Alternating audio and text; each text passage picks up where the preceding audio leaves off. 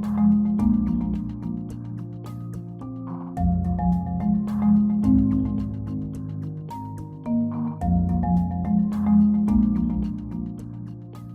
बच्चों हम बात करते हैं कुलियन कि कुलियन क्या चीज़ है ना। बहुत इंपॉर्टेंट टॉपिक है इंटरेस्ट पॉइंट ऑफ व्यू से।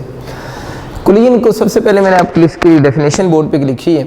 मैंने इसमें लिखा है इंटरेक्शन बिटवीन टू बॉडीज़, यानी टू बॉडीज़ का जो आपस में इंटरेक्शन होता है उसी इंटरेक्शन को हम लोग कुलियन कहते हैं। अब बहुत सारे बच्चों के माइंड में कुलियन के बारे में यही कंसेप्ट बना हुआ है कि सपोज करें एक बॉडी है, इसकी मास m1 है, ये मूव कर रही है और ये जब ये किसी दूसरे बॉडी सपोज करते हैं उसकी मास m2 है, इसके ऊपर जब जाकर हिट करेगी तभी ही कुलियन होगा। यानी वो इस इंटरेक्शन को हमेशा हिट करने के सेंस में ही ले रहे होते हैं। ये बात रॉन्ग तो नहीं, बात अपनी जगह ठीक है, लेकिन ये बात थोड़ी सी चार्जेस के लिए डिफरेंट हो जाती है। यानी चार्जेस के लिए इस बात को हम थोड़ा डिफरेंट एंगल से देखते हैं, उस पर भी हम बात करते हैं। तो चार्जेस के लिए मैंने एक और बात लिखी है। एक तो बात ये होगी कि कुलियन है क्या, इंटरेक्शन बिटवीन टू बॉडीज़ को हम कुलियन का नाम देते हैं। अब मैंने एक बात लिखी फिजिकल कॉन्टैक्ट की, थोड़ी सी बात करते हैं कि जिस तरह यहाँ पर तो ये इसके ऊपर हिट हो रहा है, हिट होने के मतलब फिजिकल कॉन्टैक्ट हो रहा है, जिसको हम कुलियन बोल रहे हैं। लेकिन मैंने आपके लिए चार्जेस के बारे में लिखा है कि physical contact is not necessary in case of charges. यानी अगर हम चार्जेस की बात करें तो चार्जेस के केस में फिजिकल कॉन्टैक्ट नेसेसरी नहीं भी होता। फॉर एग्जांपल ये सपोज कर लें कि एक न्यूक्लियस है और हम इसके ऊपर अल्फ़ा पार्टिकल की बम्बार्डमेंट कर रहे हैं। आप लोगों ने 9th सेंस में बात सुनी भी हुई है। जब हम अल्फ़ा पार्टिकल को मूव करवाएंगे टुवर्ड्स अ हैवी न्यूक्लियस तो क्या होगा कि इस न्यूक्लियस के अराउंड इसका अपना स्ट्रॉन्ग इलेक्ट्रिक फील्ड है। इस इलेक्ट्रिक फील्ड की रिपल्शन की वजह से बहुत सारे अल्फ़ा पार्टिकल यहाँ से बेंड हो जाएंगे। यानी वो अल्फ़ा पार्टिकल आकर फिजिकली न्यूक्लियस के ऊपर हिट नहीं कर रहे, बल्कि बहुत सारे अल्फ़ा पार्टिकल विदाउट हीटिंग ही क्या हो रहे हैं, बेंड हो रहे हैं। अगर किसी भी केस में किसी पार्टिकल का पाथ ऑफ मोशन जो है वो अट्रैक्शन या रिपल्शन की वजह से क्या हो जाए, चेंज हो जाए, तो उसको भी हम नाम किसका देते हैं, कुलियन का ही नाम देते हैं। तो इसलिए याद रखना है कि इंट्रैक्शन जो होती है उसमें फिजिकल कॉन्टैक्ट अगर ना भी हो तो तब भी हम उसको कुलियन ही कंसिडर करेंगे। लेकिन कंडीशन ये है कि ड्यूरिंग देयर मोशन उनके पाथ ऑफ मोशन अट्रैक्शन या रिपल्शन की वजह से क्या हो रहे हो, चेंज हो रहे हो। चार्जेस वाली बात मैंने इसलिए लिखी है कि ये वाला फिनोमेना हम प्रोमिनेंट ऑब्जर्व करते हैं चार्जेस के अंदर। जिस तरह अल्फ़ा पार्टिकल को जब हम हैवी न्यूक्लियस की तरफ बम्बार्डमेंट करते हैं तो बहुत सारे अल्फ़ा पार्टिकल न्यूक्लियस के ऊपर स्ट्राइक किए बिना ही अपने पाथ को बेंड कर लेते हैं due to repulsion of its electric field. तो ये बात ये क्लियर कर लेनी है कि फिजिकल कॉन्टैक्ट जो होता है वो यूजुअली नेसेसरी नहीं होता। लेकिन अब मैं ये नहीं कह रहा कि अगर फिजिकल कॉन्टैक्ट होगा तो उसे कुलियन नहीं बोलेंगे, फिर भी उसे क्या कहेंगे, कुलियन ही कहेंगे। लेकिन विदाउट फिजिकल कॉन्टैक्ट जिस तरह यहाँ पर पाथ ऑफ मोशन चेंज हो रहा है, अगर ऐसे पाथ ऑफ मोशन चेंज हो जाए तो इसे भी हम कुलियन ही कंसिडर करेंगे। तो अगर इस तरह की कोई डायग्राम एमसीक्यूज में आ जाती है और आपसे पूछा जाता है कि हम इसको कुलियन कंसिडर करेंगे या नहीं करेंगे, तो आप लोगों ने येस में आंसर चूज़ करना है कि इसको भी हम कुलियन कंसिडर करेंगे। ये कंसेप्ट आप लोगों ने अब माइंड में रखना है। अब बच्चे चलते हैं कुलियन की टाइप्स के ऊपर। बहुत आसान सी बात है, कुलियन की 2 टाइप्स हैं। एक हम इलास्टिक कुलियन बोलते हैं, एक हम इन इलास्टिक कुलियन कहते हैं। इलास्टिक कुलियन के अंदर 3 मेन लॉज जो होते हैं वो कंजर्व रहते हैं। एक काइनेटिक एनर्जी कंजर्व होती है, एक मोमेंटम भी कंजर्व रहता है और ईटी मीन टोटल एनर्जी भी कंजर्व रहती है। ऐसे कुलियन को हम इलास्टिक कुलियन कहते हैं। और इलास्टिक कुलियन के बारे में जब हम बात करते हैं तो हम कहते हैं no sound and heat produce.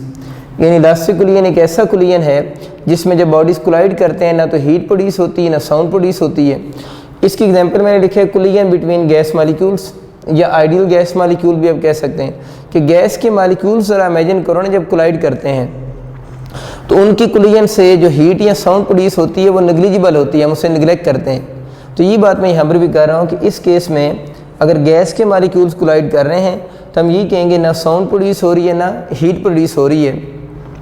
In short ये कहना चाह रहा हूँ कि किसी तरह के एनर्जी का कोई लॉस नहीं आ रहा, जिसकी वजह से ये तीनों लॉस कंजर्व रहेंगे। बस ये आप लोगों ने एमसीक्यूज़ के लिए बात याद रखनी है। अगर आता है कि इन इलास्टिक सॉरी कुलियन में कौन सा लॉस कंजर्व रहते हैं, तो law of conservation of kinetic energy, momentum and total energy all are conserved. लेकिन बच्चों जब हम इन इलास्टिक कुलियन की बात करते हैं तो बस एक डिफरेंस आता है ये वाला, इस इलास्टिक कुलियन में काइनेटिक एनर्जी कंजर्व है, लेकिन इन इलास्टिक कुलियन में याद रखना है काइनेटिक एनर्जी कंजर्व नहीं है। एक बात इंपॉर्टेंट, दूसरी बात ये याद रखनी है कि ये दोनों लॉ सेम है, इधर भी v कंजर्व है मोमेंटम, इधर भी कंजर्व है, इधर भी टोटल कंजर्व है, इधर भी टोटल कंजर्व है। तो जब एमसीक्यूज आएगा तो इस चीज़ का ख्याल रखना है कि अगर आपसे पूछता है कि इलास्टिक और इन इलास्टिक में कंजर्व क्या चीज़ है और क्या नहीं है, ये दोनों तो हमेशा कंजर्व रहेंगे। इशू सिर्फ किस एनर्जी का आएगा, काइनेटिक एनर्जी का। काइनेटिक एनर्जी इस इलास्टिक में कंजर्व होगी, इन इलास्टिक में काइनेटिक एनर्जी कंजर्व नहीं होगी। एक तो ये बात होगी। दूसरा बच्चे, इसमें हम लोगों ने बोला था no sound and heat produce, इसमें हम कहते हैं साउंड भी प्रोड्यूस होगी और हीट भी क्या होगी, प्रोड्यूस होगी। और इसकी बड़ी बेसिक सी एग्जांपल मैंने लिखी, कोलिजन बिटवीन टू कार्स। खुद सोचो ना, टू कार्स अगर आपस में कोलाइड करती हैं तो जब कार्स कोलाइड करेंगी उससे साउंड भी प्रोड्यूस होगी और उससे हीट भी प्रोड्यूस होगी। तो इस वजह से हम कहते हैं कि इसमें हुआ ये है कि जब टू कार्स ने या कोई से टू हैवी बॉडीज़ ने आपस में कोलाइड किया है तो जो साउंड और हीट प्रोड्यूस हो रही है वो बेसिकली एनर्जी की ही फॉर्म है। तो वो एनर्जी फिर सिस्टम से निकल कर कुछ इसका पार्ट किस में चला गया है, सराउंडिंग में चला गया है, जिसकी वजह से यहाँ पर काइनेटिक एनर्जी कंजर्व नहीं रही। अगेन रिपीट कर रहा हूँ कि जब कोलिजन हुआ है तो एनर्जी का कुछ पार्ट, साउंड भी एनर्जी है, हीट भी एनर्जी है, तो सिस्टम की एनर्जी का कुछ पार्ट किस में चला गया, सराउंडिंग में चला गया है, जिसकी वजह से काइनेटिक एनर्जी कंजर्व नहीं रही। अब बहुत सारे बच्चे इस बात को यूँ सोचते हैं, वो ये कहते हैं देखें काइनेटिक एनर्जी का फॉर्मूला तो हाफ एम वी स्क्वायर होता है, इसमें भी एम और वी है। मोमेंटम का फॉर्मूला भी तो एम और वी होता है। अगर यहाँ पर कुछ एनर्जी सराउंडिंग में चली गई है तो इसमें भी तो एम और वी आते हैं, इसमें भी एम और वी आते हैं। तो जब काइनेटिक एनर्जी कंजर्व नहीं रही तो फिर आप कैसे कह रहे हैं कि मोमेंटम कंजर्व है, क्योंकि दोनों में एम और वी तो सेम आ रहे हैं। तो बच्चे इस कंसेप्ट को आप कुछ यूँ समझ सकते हैं कि लॉज जो होते हैं, कुछ लॉज सिर्फ सिस्टम के ऊपर अप्लाई होते हैं और कुछ लॉज सिस्टम प्लस सराउंडिंग दोनों के ऊपर अप्लाई होते हैं। तो जो काइनेटिक एनर्जी का लॉ है, law of conservation of kinetic energy, वो प्रॉपर्टी है सिर्फ सिस्टम की। देखिए टू कार्स हैं, वो मूव कर रही हैं, वो कार दोनों सिस्टम है, उनके पास एनर्जी है। आज जब कोलिजन हुआ है तो कार के पास कुछ एनर्जी अभी भी है जो कि सिस्टम की एनर्जी है, लेकिन कुछ एनर्जी सराउंडिंग में चली गई है, साउंड और हीट की फॉर्म में यूजली। इसका मतलब ये हुआ कि सिस्टम की एनर्जी कंजर्व नहीं रही और सिस्टम के ऊपर जो लॉ अप्लाई होता है वो काइनेटिक एनर्जी है। तो जब टू कार्स का कोलिजन हुआ तो सिस्टम की एनर्जी सराउंडिंग में चली गई। तो हम लोगों ने कहा काइनेटिक एनर्जी कंजर्व तो नहीं रही, लेकिन जब उसी कोलिजन के ऊपर मोमेंटम अप्लाई करेंगे, यानी law of conservation momentum apply करेंगे, तो उस वक्त वो दोनों कार यानी सिस्टम की एनर्जी और प्लस हम सराउंडिंग की एनर्जी को भी काउंट करेंगे, यानी सराउंडिंग के पास जो एनर्जी गई है उसको भी हम यूज़ करेंगे। तो मोमेंटम और टोटल एनर्जी दोनों केसेस में इसलिए कंजर्व रहते हैं कि ये सिस्टम के ऊपर भी अप्लाई होते हैं और सराउंडिंग के ऊपर भी अप्लाई होते हैं। लेकिन काइनेटिक एनर्जी जो है वो सिर्फ लॉ किस चीज़ का है, सिस्टम का लॉ है। बस ये उम्मीद है आपको कन्फ्यूजन क्लियर हो चुकी होगी। एक बहुत फेमस थ्योरम है elastic collision in one dimension का, आप इसको एफएससी में प्रूव भी करते हैं। आपका लॉन्ग क्वेश्चन है, मैंने उसकी फाइनल स्टेटमेंट लिख दी है। मैंने लिख दिया कि ये थ्योरम ये है कि speed of approach equal to होगी स्पीड ऑफ सेपरेशन के। ये सिर्फ अप्लाई होगा जब इलास्टिक कोलिजन होगा, और दूसरी बात यह है कि वन डायमेंशन में होगा। एक बात होगी, स्पीड ऑफ सेपरेशन के लिए लोग वर्ड स्पीड ऑफ रिसेशन भी यूज़ करते हैं, यानी स्पीड ऑफ सेपरेशन भी से कहते हैं, स्पीड ऑफ रिसेशन भी कह देते हैं।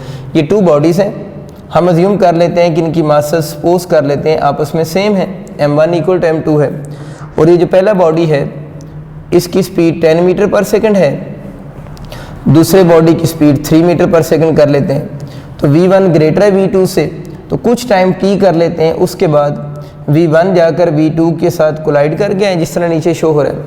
अब कोलिजन के बाद फिर दोनों मूव कर रहे हैं।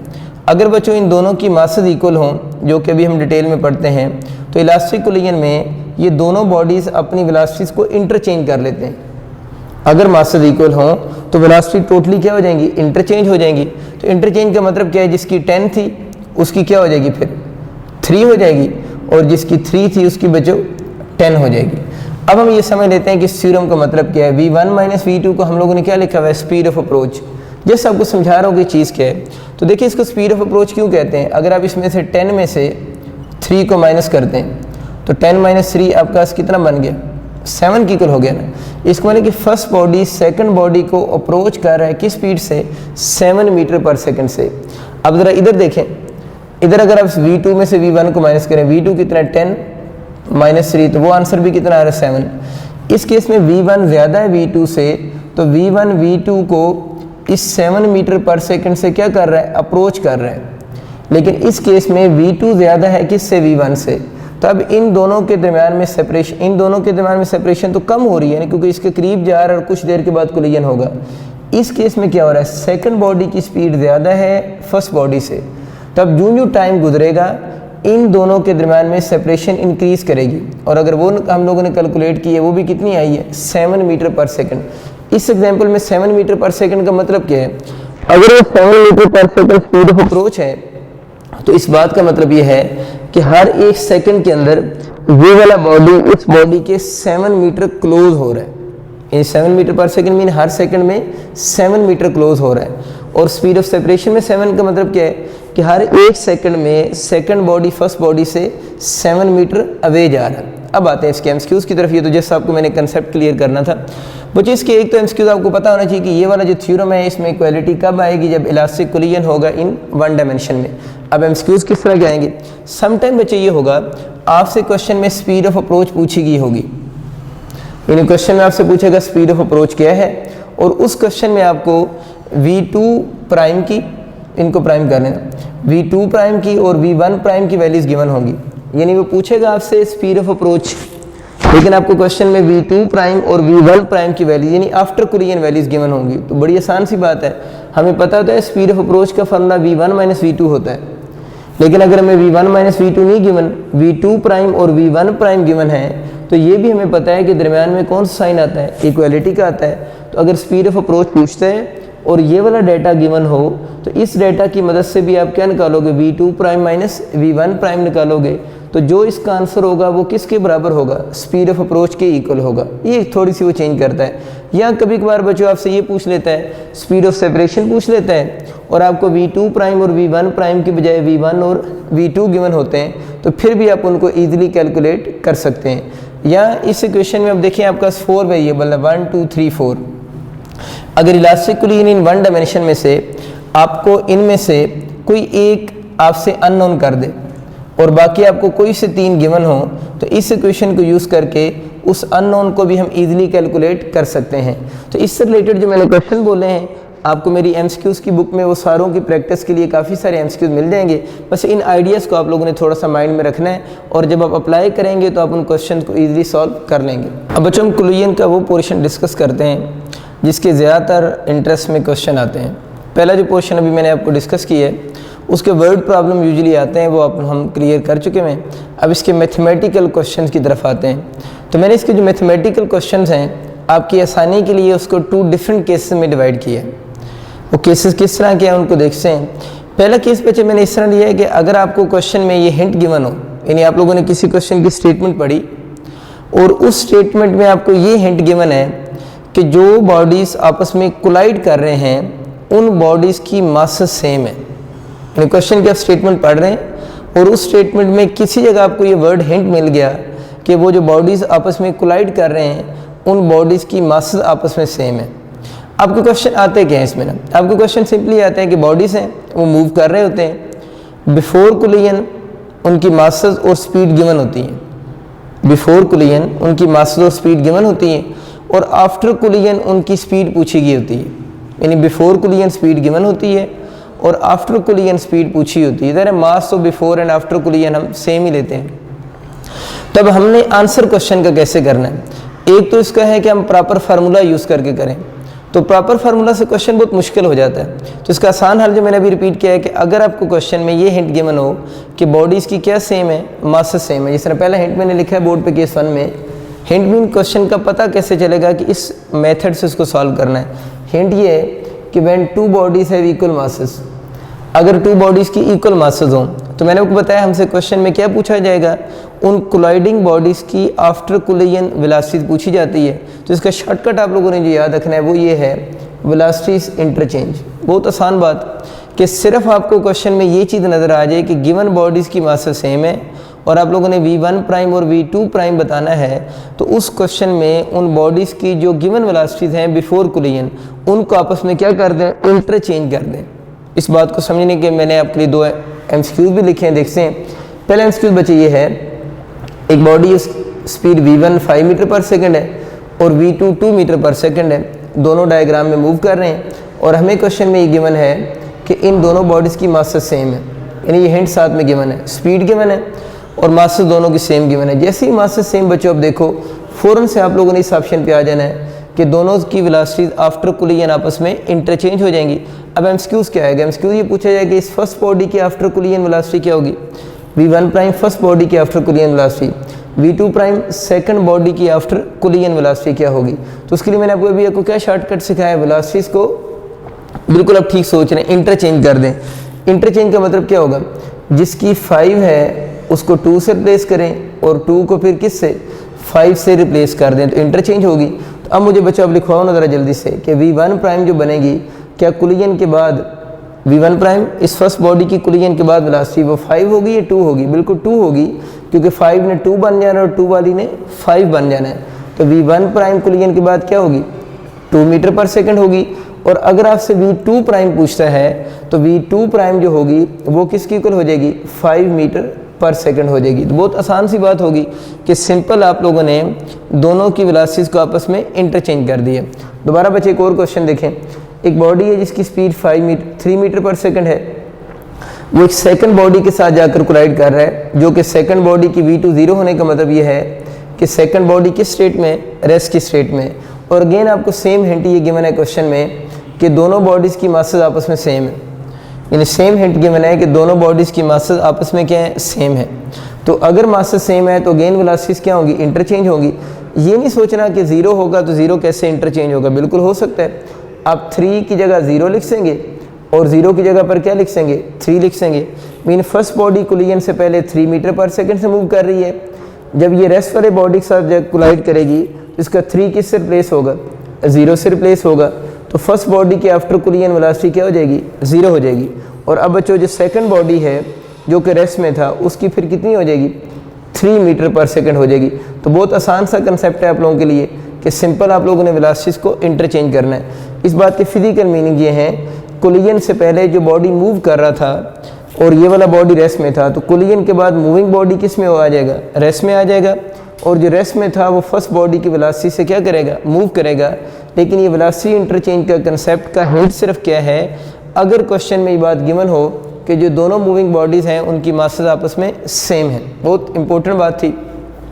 इसका केस 2 देखते हैं। केस 2 का हिंट मैंने बच्चे ये लिखा हुआ है कि जब क्वेश्चन में ये लिखा हुआ हो कि when massive body collide with light body, यानी जब मैसिव बॉडी जो है वो लाइट बॉडी के साथ कोलाइड करे, कितनी मैसिव हो।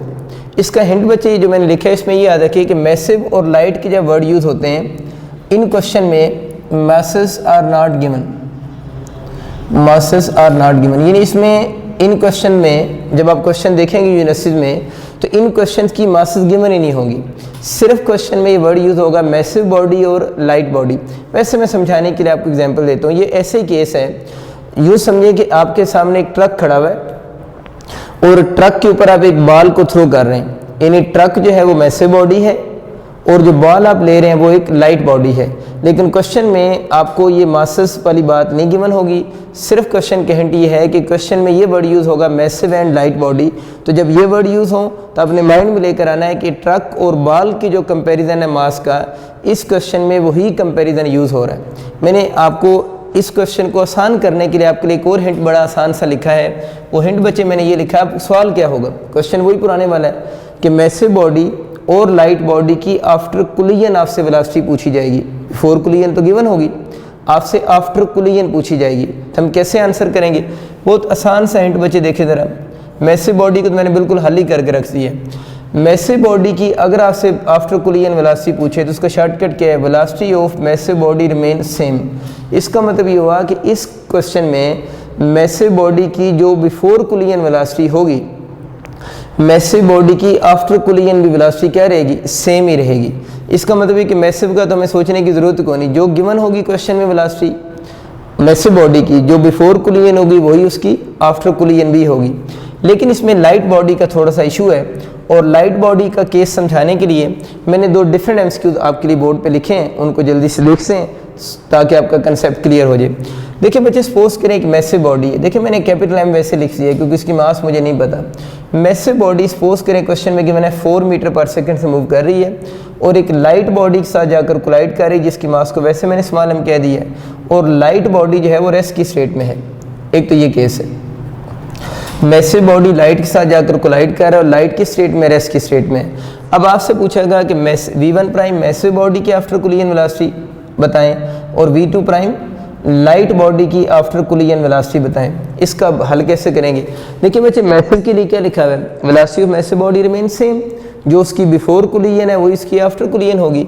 इसका मतलब ये हुआ कि इसका जो v1 प्राइम होगा वो तो फिर मैं v1 की इक्वली लिखूंगा ना, क्योंकि हमने शॉर्टकट याद किया हुआ है। तो v1 इसकी कितनी है? 4 मीटर पर सेकंड है। इसका मतलब ये हुआ कि जो मैसिव बॉडी की वेलोसिटी अगर बिफोर कोलिजन 4 मीटर पर सेकंड है तो आफ्टर कोलिजन भी क्या होगी? 4 मीटर पर सेकंड ही रहेगी। लेकिन ये याद रखना है कि अगर एक मैसिव बॉडी लाइट बॉडी के साथ जाकर कोलाइड करता है और वो लाइट बॉडी अगर किस स्टेट में हो? रेस्ट की स्टेट में हो, तो लाइट बॉडी की वेलोसिटी को हम यूँ लिखेंगे आफ्टर कोलिजन 2v1 लिखेंगे। क्या लिखेंगे? 2v1, मतलब लाइट बॉडी की velocity after collision massive body की वेलोसिटी का डबल होगी। बिल्कुल ठीक सोचा आप लोगों ने, मैसिव बॉडी की वेलोसिटी का डबल होगी। इसको ज़रा हल करते हैं। 2 × v1 कितनी है? इस क्वेश्चन में 4 है, तो उसकी वेलोसिटी कितनी बनेगी? 8 मीटर पर सेकंड आपकी हो जाएगी। तो हिंट क्या बना कि अगर आपका मैसिव बॉडी लाइट से जाकर कोलाइड करता है तो मैसिव बॉडी की वेलोसिटी चेंज नहीं होगी, लेकिन लाइट बॉडी की वेलोसिटी जो होगी वो मैसिव बॉडी की वेलोसिटी का डबल होगी। अब इसका फिजिकली यूज़ सोचो ज़रा जल्दी से कि एक ट्रक है, वो मूव करता हुआ जा रहा है और रस्ते में एक बॉल पड़ा हुआ है रोड के ऊपर। तो देखो, जब ट्रक बॉल के साथ कोलाइड करेगा तो ट्रक की वेलोसिटी को क्या फ़र्क पड़ेगा? कोई फ़र्क नहीं पड़ेगा, वो तो सेम आएगी। लेकिन बॉल की जो वेलोसिटी है, समझाने के लिए एग्जांपल दे रहा हूँ ताकि आपको इमेज माइंड में आ जाए इस क्वेश्चन का। तो जो लाइट बॉडी है उसकी वेलोसिटी क्या हो जाएगी? मैसिव बॉडी की वेलोसिटी के डबल से, यानी बहुत फास्ट वो चीज़ क्या करेगी? मूव करेगी। इसका अपोजिट केस देखते हैं। अब यूँ समझने कि अब लाइट बॉडी जो है वो गुस्से में आ गए, वो कहता है अब आप रेस्ट में हो, मैं हिट करता हूँ। तो इसको अब यूँ देख लें कि लेट से ये लाइट बॉडी है, इसकी मास m1 m है, वो जाकर एक मैसिव बॉडी के ऊपर हिट कर रहा है और वो मैसिव बॉडी की स्टेट में है? रेस्ट की स्टेट में है। तो मैंने भी आपको क्या क्वेश्चन बताया था, वो ये पूछेगा v1 प्राइम और v2 बताएं, यानी इनके आफ्टर कोलिजन वेलोसिटी बताएं। तो बच्चों क्या हिंट है? Velocity of massive body remain same, massive body की जो बिफोर कोलिजन है वही आफ्टर कोलिजन है, यानी इसकी v2 प्राइम किसके बराबर होनी चाहिए? v2 इसकी 0 है तो कोलिजन के बाद भी इसकी वेलोसिटी क्या रहेगी? 0 ही रहेगी। इसको मतलब कि मैसिव का मसला तो इस लाइन से सॉल्व हो रहा है हमेशा के लिए। अब इसका मतलब ये कि मैसिव बॉडी के साथ जब लाइट बॉडी कोलाइड कर रहा है तो मैसिव बॉडी की वेलोसिटी पे कोई फ़र्क नहीं पड़ रहा, जो बिफोर कोलिजन है वो इसकी आफ्टर कोलिजन है। अब जो देखना है लाइट बॉडी के साथ इस केस में क्या होगा। मैं आपको एक हिंट देता हूँ, शायद आपको बात अच्छी समझ आए। अब इमेजिन करो ट्रक खड़ा हुआ है, तो कोई ट्रक का मैसेज बोल रहा है ना समझने के लिए, आप लोगों ने उसके ऊपर बॉल हिट की है, तो क्या ट्रक उड़ना शुरू हो जाएगा? ऐसा तो नहीं होगा। डेफिनेटली यही होगा कि ट्रक के ऊपर जब आप बॉल हिट करोगे और बॉल जब हिट करेगी ट्रक के ऊपर तो वहाँ से बाउंस बैक होगी, यानी बॉल वापस आ जाएगी। ट्रक अगर पहले रेस्ट में है तो बाद में भी रेस्ट में रहेगा। तो देखिए उसकी पहले वेलोसिटी 0 थी तो बाद में भी क्या है? 0 ही है। लेकिन बॉल के बारे में आप लोगों को मैंने क्या बताया? बॉल क्या होगी? बाउंस बैक होगी। और ये जो हम केसेस पढ़ रहे हैं या हम कोलिजन का टॉपिक डिस्कस करते हैं, हम इलास्टिक कोलिजन के लिए डिस्कस करते हैं। इन इलास्टिक कोलिजन हमारे कोर्स में जस्ट डेफिनेशन की हद तक है, उसकी फर्दर डिटेल हमारे कोर्स का पार्ट नहीं है। तो हम इलास्टिक कोलिजन ही ले रहे हैं। तो अगर इलास्टिक कोलिजन हुआ है ट्रक और बॉल का, तो इसका मतलब ये हो कि जब बॉल बाउंस बैक होगी तो इलास्टिक कोलिजन में उसकी वेलोसिटी की डायरेक्शन तो चेंज होगी, लेकिन उसकी वेलोसिटी की मैग्नीट्यूड जो है वो चेंज नहीं होगी। तो इस बात का अब यूँ सोचें कि जब ये वाली बॉल इस ट्रक के ऊपर जाकर हिट करेगी, जैसे इसने इसके ऊपर हिट किया तो बॉल बाउंस बैक होगी। अगर पहले वो 7 मीटर पर सेकंड से मूव कर रही थी तो अब भी किससे करेगी? 7 मीटर पर सेकंड से ही करेगी। वेलोसिटी की सिर्फ क्या चेंज होगी? डायरेक्शन अपोजिट होगी, लेकिन उसकी मैग्नीट्यूड चेंज नहीं होगी। मैग्नीट्यूड बच्चे फिर रिपीट कर रहा हूँ, क्यों नहीं चेंज हो रहा? क्योंकि जितने भी अभी हम केसेस डिस्कस करेंगे सारे वो किसके लिए हैं? इलास्टिक कोलिजन के लिए हैं, क्योंकि हमारे कोर्स में डिटेल ही इलास्टिक कोलिजन की है। लेकिन हम इस 7 के साथ माइनस लगा देंगे। माइनस साइन ये शो करेगा कि इसकी डायरेक्शन क्या हुई है? रिवर्स हुई है, लेकिन मैग्नीट्यूड चेंज नहीं हुई। तो इसका फर्ला क्या बनेगा? v1 प्राइम का। तो v1 प्राइम फिर किसकी इक्वल होगी बच्चों? -v1 की इक्वल होगी ना। सादा लफ्ज़ों में अगर इसकी 7 मीटर पर सेकंड है तो कोलिजन के बाद इसकी -7 मीटर पर सेकंड हो जाएगी, और माइनस यहाँ पर ये शो कर रहा है कि उसकी डायरेक्शन क्या हो जाएगी, अपोजिट हो जाएगी। बहुत इंपॉर्टेंट केसेस और मैंने बहुत सिंपल वे से एक्सप्लेन करने की कोशिश की है। उम्मीद है आप इसकी जब बुकलेट में से और क्वेश्चन की प्रैक्टिस करेंगे तो इस कंसेप्ट पर आपकी ज़्यादा ग्रिप स्ट्रांग हो जाएगी। एक और क्वेश्चन देखते हैं। देखिए बच्चे, एक बॉडी उसकी मास 5 किलोग्राम है और वो बॉडी मूव कर रहा है 3 मीटर पर सेकंड से, और एक दूसरे बॉडी के साथ जाकर कोलाइड करता है m2। उस बॉडी की मास 1 किलोग्राम है और सेकंड बॉडी किस स्टेट में है, रेस्ट की स्टेट में है। ये आपको क्वेश्चन पेपर में गिवन होगा। क्वेश्चन अब आपसे ये पूछ रहा है कि v1 प्राइम किसके इक्वल होगा, यानी जो फर्स्ट बॉडी है उसकी आफ्टर कोलिजन वेलोसिटी क्या होगी। जल्दी से मुझे ये बताएं कि क्या ये क्वेश्चन केस 1 का है, केस 2 का है। बिल्कुल आप ठीक सोच रहे हो, ये ना तो केस 1 का है। केस 1 होने के लिए क्या ज़रूरी था, मासेस सेम होती, तो मासेस एक की 5 है, एक की 1 है। केस 1 का क्वेश्चन नहीं है। केस 2 में क्या हिंट था कि मैसिव और लाइट बॉडी वर्ड यूज़ होंगे और मासेस गिवन नहीं होंगी। अब ये ना समझे कि 5 किलोग्राम से 1 किलोग्राम तो लाइट और मैसिव ये हैं। मैंने उसका लाइट और मैसिव को क्लियर भी किया था कि उसमें साथ में ये वर्ड यूज़ होंगे और मासेस गिवन नहीं होंगी। तो 5 के मुकाबले में 1 किलोग्राम जो है उसकी मास को निगलेक्ट तो नहीं किया जा सकता। इसका मतलब ये हो कि जो अभी हमारा क्वेश्चन है ये ना फर्स्ट केस का है ना सेकंड केस का है। इसको कैसे हल करेंगे, तो इस तरह के क्वेश्चन को हल करने के लिए आपको बच्चे ये फार्मूला जो मैंने 2 बोर्ड पे लिखे हैं याद करना पड़ेंगे। ये v1 प्राइम यानी फर्स्ट बॉडी के आफ्टर कोलिजन वेलोसिटी कैलकुलेट करने का फार्मूला है, और v2 प्राइम जो है वो सेकंड बॉडी की वेलोसिटी कैलकुलेट करने का फार्मूला है। ये फार्मूला आपके एविटीज़ भी यूनिवर्सिटी में पूछे जा सकते हैं। आपसे पूछ सकता है कि फर्स्ट बॉडी के आफ्टर कोलिजन वेलोसिटी का क्या फार्मूला है, सेकंड बॉडी का क्या फार्मूला है, तो आप लोगों को ये चीज़ें आनी चाहिए। अब आगे चलते हैं। अब v1 प्राइम हम कैलकुलेट कैसे करेंगे, तो इस फार्मूले से v1 प्राइम कैलकुलेट हो सकती है। तो v1 प्राइम इक्वल टू, यहाँ पर क्या लिखा है v1 आपके पास कितनी इस क्वेश्चन में 3 इसकी जगह लिखी है m1 माइनस m2 5 माइनस 1 आप लोगों ने कर दिया, नीचे m1 प्लस m2 5 प्लस 1 हो गया। अब आगे देखें इसमें v2 लिखा हुआ है। अब v2 की वजह से v2 तो यहाँ पर 0 है, तो ये वाली पूरी टर्म किसकी इक्वल हो जाएगी, 0 हो जाएगी। इसको आप सॉल्व कर लें, ये 4 माइनस 4 5 माइनस 1 4 हो जाएगा, 4 को 3 से करेंगे 12/6 तो 2 मीटर पर सेकंड। इस तरह फर्स्ट बॉडी की वेलोसिटी 2 मीटर पर सेकंड होगी। इस तरह बच्चे अगर आपसे सेकंड बॉडी यानी v2 प्राइम की वेलोसिटी पूछ लेता है तो वो भी हम इस फार्मूला से इजीली कैलकुलेट कर सकते हैं। अब कुछ स्टूडेंट ये सोचते हैं कि ये सर फार्मूला इतना बड़ा है तो हम इसको कैसे मेमोराइज रख सकेंगे, क्योंकि इसकी टर्म मिक्स होने के चांसेस होते हैं। तो इसको जल्दी से मैं आपको एक रूल बताता हूँ, अगर आपको माइंड में रह गया तो आप फार्मूला खुद से भी लिख सकते हैं। उसको ज़रा जल्दी समझिएगा। देखिए अब यूँ सोचो थोड़ी देर के लिए, फार्मूला कैसे याद रखना है उसकी टेक्निक बता रहा हूँ। v1 प्राइम का फार्मूला लिखना हो या v2 प्राइम का लिखना हो, सबके नीचे m1 plus m2 m1 plus m2 आप सबके नीचे लिख सें। यानी माइंड में लाएं कि आप लोगों ने v1 प्राइम का लिखना है या v2 प्राइम का, तो सबके नीचे m1 plus m2 m1 plus m2 आ जाएगा।